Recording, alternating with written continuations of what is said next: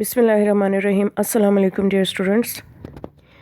Welcome back to the Zoom online revision classes. We started the revision from chapter number 15, which is the environmental chemistry to water. And the question is question number 6. Water is an excellent solvent. Explain how this property is beneficial for life but sometimes harmful for us. Means that water is an excellent solvent. Solvent is a substance which can dissolve the solute to form a solution. The aqueous solutions are having a variety. Most of the substances can get dissolved in water. And this property is, due to this property, the water is called as a universal solvent. This property is important in every aspect of life. For example, if we take the digestion process within our body, so digestion usually takes place in the watery medium, and then these substances are transported to different parts of the body through blood, through the circulatory system. But this property is important as well as harmful for us, because due to the property of dissolving maximum substances, the water can also dissolve the pollutants, the harmful substances, the chemicals which can cause the water pollution. So we will look at both of the aspects, and we will have a look why it is acting as an excellent solvent. Water is the best non-solvent. It can dissolve more substances than any other solvent. Due to this fact, it is termed as the universal solvent for many inorganic and some organic compounds. First of all, you must see the nature of the water. Water is inorganic in nature, means to say that it is composed of hydrogen and oxygen, and it is inorganic.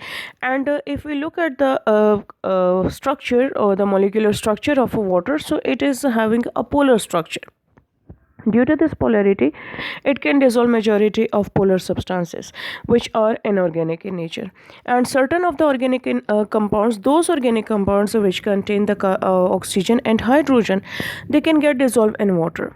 The property of this property of water is beneficial for us and also harmful for us. Clear?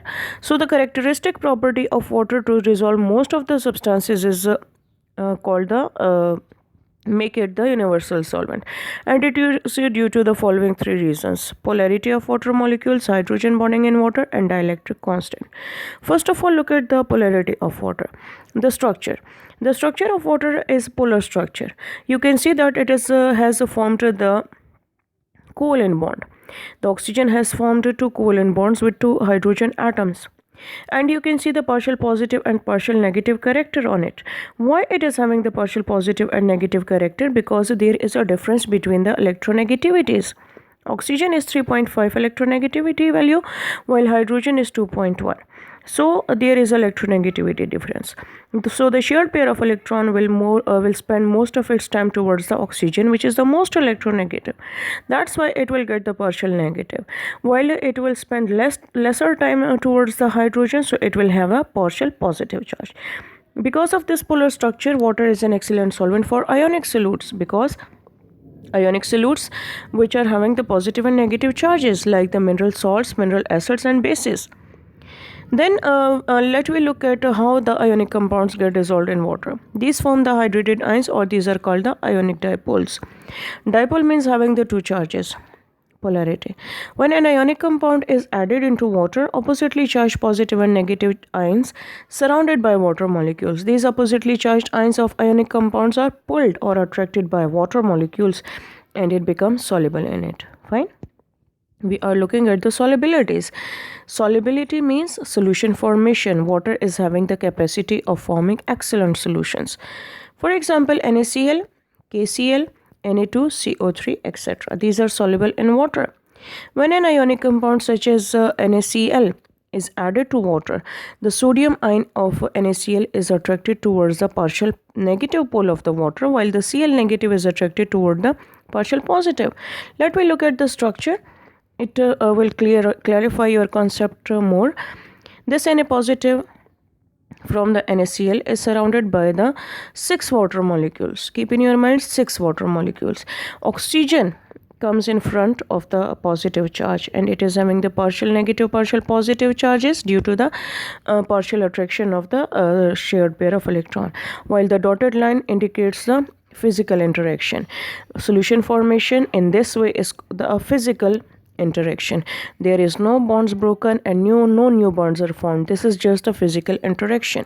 So this process is called hydration. Solution formation through this process, which involve the water, is called hydration.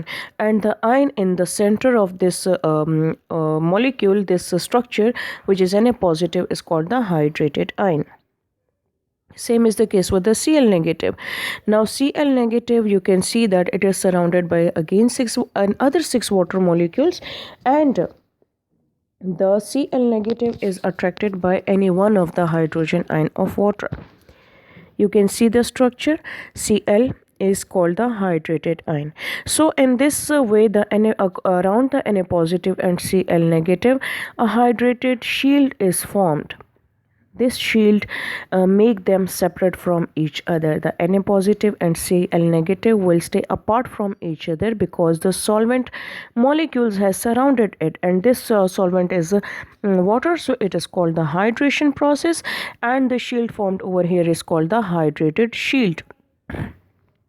The ionic bond breakdown in NaCl, which causes the sodium chloride to split in water and dissolve. You can observe that if we add even a pinch of salt in a full glass of water, so we can taste it salty because one Na positive is surrounded by 6 water molecule. Same is the case, one Cl is surrounded by 6 other water molecule. So it means that it is completely dissolved. The water molecule orients in such a way that the negative poles are towards the positive ions. Orient means twist. It twists itself in such a way that the negative poles are towards the positive, while the positive poles of water molecules are towards the negative ions. The dissolution process is called hydration. Dissolution process means the solution formation in this way is called the hydration process, and the hydration shell is formed around the Na ions, Na positive and Cl negative, so they will not attract each other. The second property is the hydrogen bonding. Hydrogen bonding is the bond of a high electropositive hydrogen ion of one molecule with the most electronegative element like nitrogen, oxygen or fluorine of the other molecule. Water molecule is composed of oxygen and hydrogen atom. Hydrogen on one end is partial positive while the oxygen is having a negative charge. Because of the presence of 2 non-bonding electrons, that is called the lone pair of electrons on oxygen, water molecule forms 4 hydrogen bonds with other water molecules in a tetrahedral manner. The bond shown over here is just between the 2 water molecules, but it is basically like this, the tetrahedral arrangements. Clear, one water molecule is surrounded, has formed the hydrogen bonding from 4 sides, from 4 other water molecules. So it will have a tetrahedral arrangement of water. Now this hydrogen bonding involves the dissolution or the solution formation of a covalent compounds which are not polar in nature, but they do have oxygen and hydrogen. For example, covalent compounds which have polar ends also form hydrogen bond with water. Polar end means that it will have one non-polar portion and one of the portion is polar. You know that the organic compounds are composed of 2 portions. One portion is the alkyl radical, which is non-polar, while the other portion is the functional group portion, which is polar in nature. So it will dissolve in water due to the polar nature, that is the functional group part. For example, the sugar C12H22O11 alcohol like methyl alcohol CH3OH etc. This is the methyl alcohol CH3OH. Over here the CH3 is a non-polar portion while the OH will get the partial positive and negative charges. So this partial positive and negative charges are attracted to by the water in such a way that hydrogen H positive will attract the oxygen of the alcohol, while the oxygen of the water will attract the hydrogen of the alcohol. The dotted line represents the hydrogen bonding.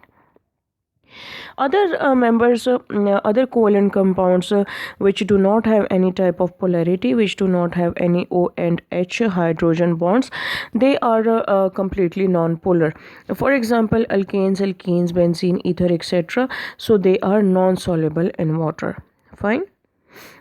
The third property which make the water excellent solvent is the dielectric constant, which means a separation or detachment. The extent to which the attraction between oppositely charged ion is decreased due to a solvent is called the dielectric constant. Means when you are having a solute having the positive and negative charges, so the important thing is that to make the ions separate from each other, and this is done by the solvent. If the solvent is having the higher ability to make them apart from each other, this is called a good solvent. For example, dielectric constant is the ratio of the amount of electrical energy stored in a material by an applied voltage relative to that stored in a vacuum. The dielectric constant is basically a physical term. It is related with the electrical energy. Over here we are discussing it on the basis of solvents, so we can use the first definition, that extent to which the attraction between the oppositely charged ion is decreased. Or its a proper definition is that it is a ratio means the comparison of the amount of electrical energy. Fine. Comparison of the amount of electrical energy which is stored in a material.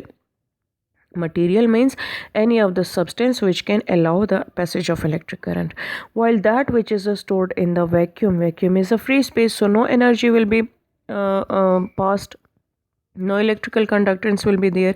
It means to say we can relate it with the solvent. If a solvent is having the ability to make them apart, or the other one solvent do not have any ability to make them apart. Fine. Like vacuum को हम ले सकते हैं कि वो ऐसा material है जिसमें कि चार्जेस नहीं है, मतलब ये ऐसा सॉल्वेंट है जो कि चार्जेस को दूर नहीं कर सकता, और दूसरा जो मटेरियल यहाँ पे यूज़ हुआ है वो वाला है जो एक दूसरे इन चार्जेस को एक दूसरे से दूर कर सकता है. We can relate to the Coulomb's law. Over here, the force of attraction between the two oppositely charged bodies is directly proportional to the product of charges and inversely proportional to the square of the distance between them. You can see mathematical form. Force is directly proportional to x and y, where x and y are the two opposite charges, r is the distance between them. So x and y are the two opposite charges. Force, now you can see that proportionality sign is removed by equality, and we have put the proportionality constant d, which is called the dielectric constant of the medium or water, any of the solvent. If a dielectric constant of any solvent is greater, so force of attraction between the oppositely charged particle will be lesser, means it will be a good solvent. If the value of dielectric constant is smaller, so the force of attraction between the oppositely charged ions of the solute will be greater, and the solvent over here will be a poor solvent. Clear? So in a liquid having a high dielectric constant, it will be easier to separate the two oppositely charges of ionic solutes from one another to make solution.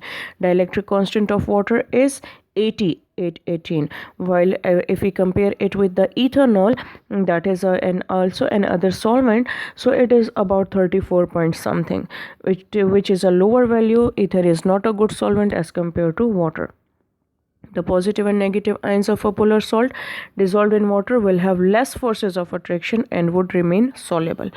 Other liquids have the value of dielectric constant extremely small as compared to the water, and therefore they are not good solvents. The MCQs or the possible filling the blanks from this topic can be that water is a universal solvent, water is a polar in nature, and a positive ion is surrounded by 6 water molecules. Organic compounds are mostly insoluble in water, but which one are soluble? That contain the polar ends.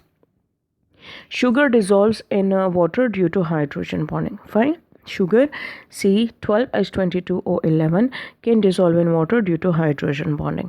Alcohols can dissolve in water due to hydrogen bonding, and any of the compounds containing OH can be easily get dissolved. Hydrogen bonding is formed between the electron deficient hydrogen positive ions and an element having a lone pair of electron. ठीक है, lone pair. Dielectric constant is a ratio of electrical energy stored in material and vacuum. Greater the dielectric constant, greater will be the solubility. Dielectric constant of water is 80 at 18 degrees centigrade. It is very much important MCQs. You will definitely be having options in your paper, but you can take help from these filling the blanks. The density of water becomes maximum at 4 degrees centigrade. It is related with your previous question. 4 degrees centigrade is the correct answer. Property due to which water act as a universal solvent is its polarity only? No. Ability to make hydrogen bond only? No. These two are correct. Strong dipole-dipole interaction? No. Water is not having any dipole-dipole. It is having the hydrogen bonding. So option D, polarity and ability to make hydrogen bond, it is the correct option. Natural water is having a mixture. It has dissolved salts in it, so it is impure in nature. Attraction between water molecules are called hydrogen bonding, and you can see that it is a tetrahedral structure. So this objective can be in two forms. Either they will ask you about the bonding, or either they can ask you about the structure. So it is having a tetrahedral arrangement, and it is due to the hydrogen bonding. Water is a universal solvent because it can be found anywhere. It freezes when it gets cooled, floats when frozen, dissolve most substances. Because over here we are talking about the solvent, so the last one option is the correct. Most of water's properties occurs because it is a polar covalent made with oxygen. A polar ionic makes up 75. It is a polar covalent compound. Fine, it is a polar covalent compound. So this is our today's lecture. You have to learn this topic today, and I hope you will get